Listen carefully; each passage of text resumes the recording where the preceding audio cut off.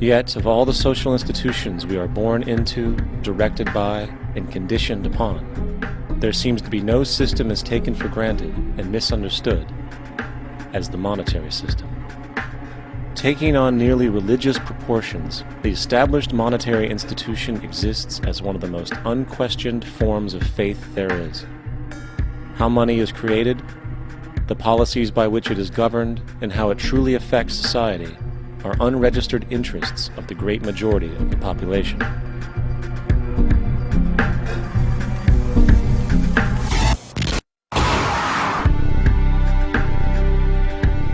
In a world where 1% of the population owns 40% of the planet's wealth, in a world where 34,000 children die every single day from poverty and preventable diseases, and where 50% of the world's population lives on less than $2 a day, one thing is clear: something is very wrong.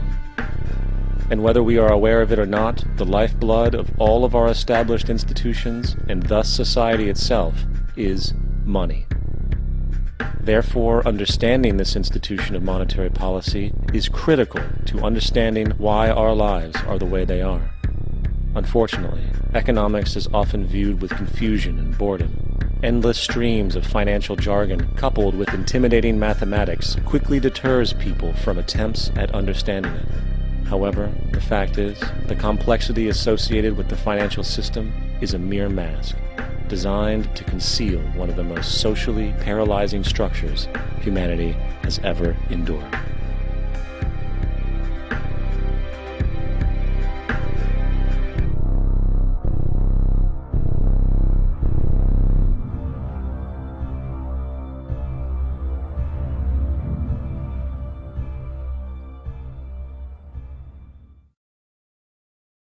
A number of years ago, the Central Bank of the United States, the Federal Reserve, produced a document entitled Modern Money Mechanics.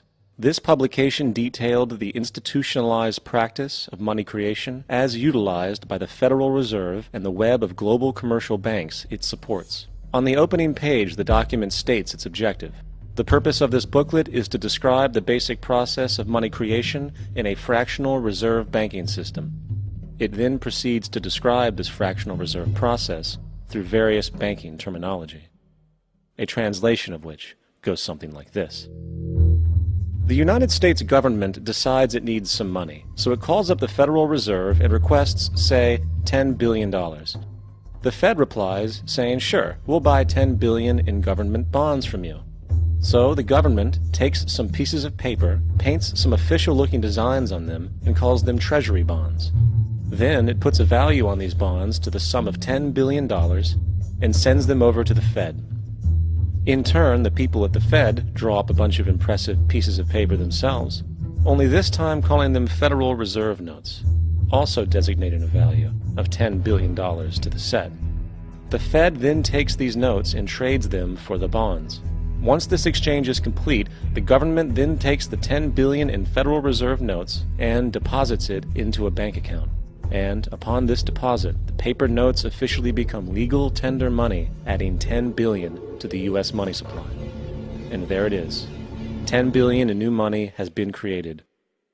Of course, this example is a generalization, for, in reality, this transaction would occur electronically, with no paper used at all. In fact, only 3% of the U.S. money supply exists in physical currency. The other 97% essentially exists in computers alone. Now, government bonds are, by design, instruments of debt.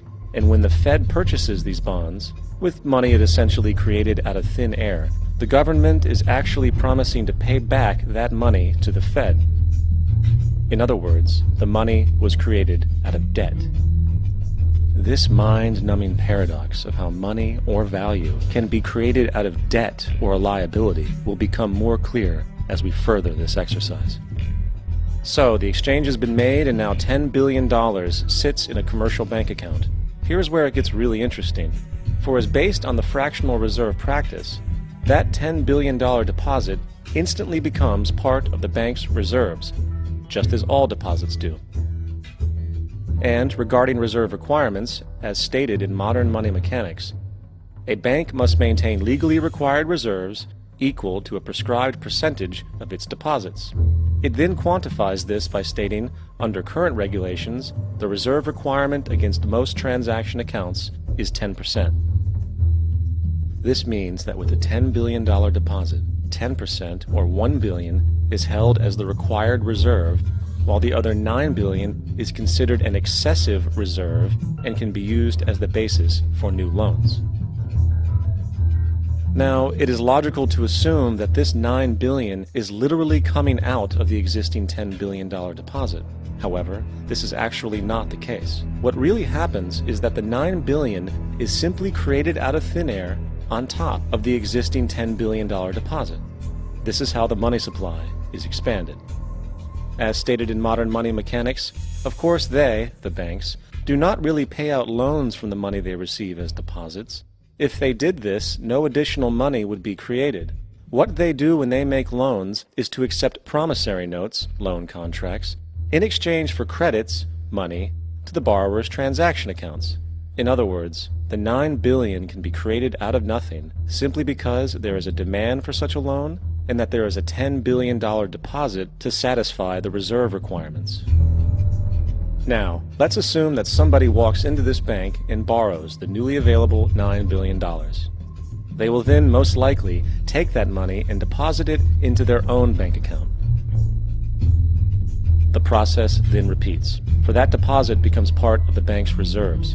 10% is isolated, and in turn 90% of the $9 billion, or $8.1 billion, is now available as newly created money for more loans. And, of course, that 8.1 can be loaned out and redeposited, creating an additional 7.2 billion, to 6.5 billion, to 5.9 billion, etc. This deposit money creation loan cycle can technically go on to infinity. The average mathematical result is that about $90 billion can be created on top of the original $10 billion. In other words, for every deposit that ever occurs in the banking system, about 9 times that amount can be created out of thin air. Money jitters? Ask the obliging Bank of America for a jar of soothing instant money, M-O-N-E-Y, in the form of a convenient personal loan. So, now that we understand how money is created by this fractional reserve banking system, a logical yet elusive question might come to mind. What is actually giving this newly created money value? The answer? The money that already exists. The new money essentially steals value from the existing money supply. For the total pool of money is being increased irrespective to demand for goods and services. And as supply and demand finds equilibrium, prices rise, diminishing the purchasing power of each individual dollar. This is generally referred to as inflation, and inflation is essentially a hidden tax on the public. What is the advice that you generally get? And that is, inflate the currency. They don't say debase the currency. They don't say devalue the currency. They don't say cheat the people who are saved. They say lower the interest rates. The real deception is when we distort the value of money. When we create money out of thin air, we have no savings, yet there's so-called capital. So my question boils down to this: how in the world can we expect to solve the problems of inflation, that is, the increase in the supply of money, with more inflation? Of course, it can't. The fractional reserve system of monetary expansion is inherently inflationary. For the act of expanding the money supply, without there being a proportional expansion of goods and services in the economy, will always debase a currency. In fact, a quick glance at the historical values of the US dollar versus the money supply reflects this point definitively, for the inverse relationship is obvious. $1 in 1913 required $21.60 in 2007 to match value. That is a 96% devaluation since the Federal Reserve came into existence. Now, if this reality of inherent and perpetual inflation seems absurd and economically self-defeating, hold that thought, for absurdity is an understatement in regard to how our financial system really operates. For in our financial system, money is debt. And debt is money. Here is a chart of the U.S. money supply from 1950 to 2006. Here is a chart of the U.S. national debt for the same period. How interesting it is that the trends are virtually the same. For the more money there is, the more debt there is. The more debt there is, the more money there is. To put it a different way, every single dollar in your wallet is owed to somebody by somebody. For remember, the only way the money can come into existence is from loans.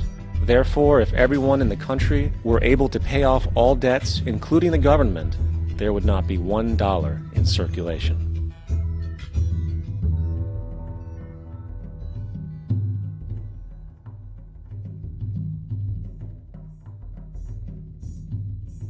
In fact, the last time in American history the national debt was completely paid off was in 1835 after President Andrew Jackson shut down the central bank that preceded the Federal Reserve.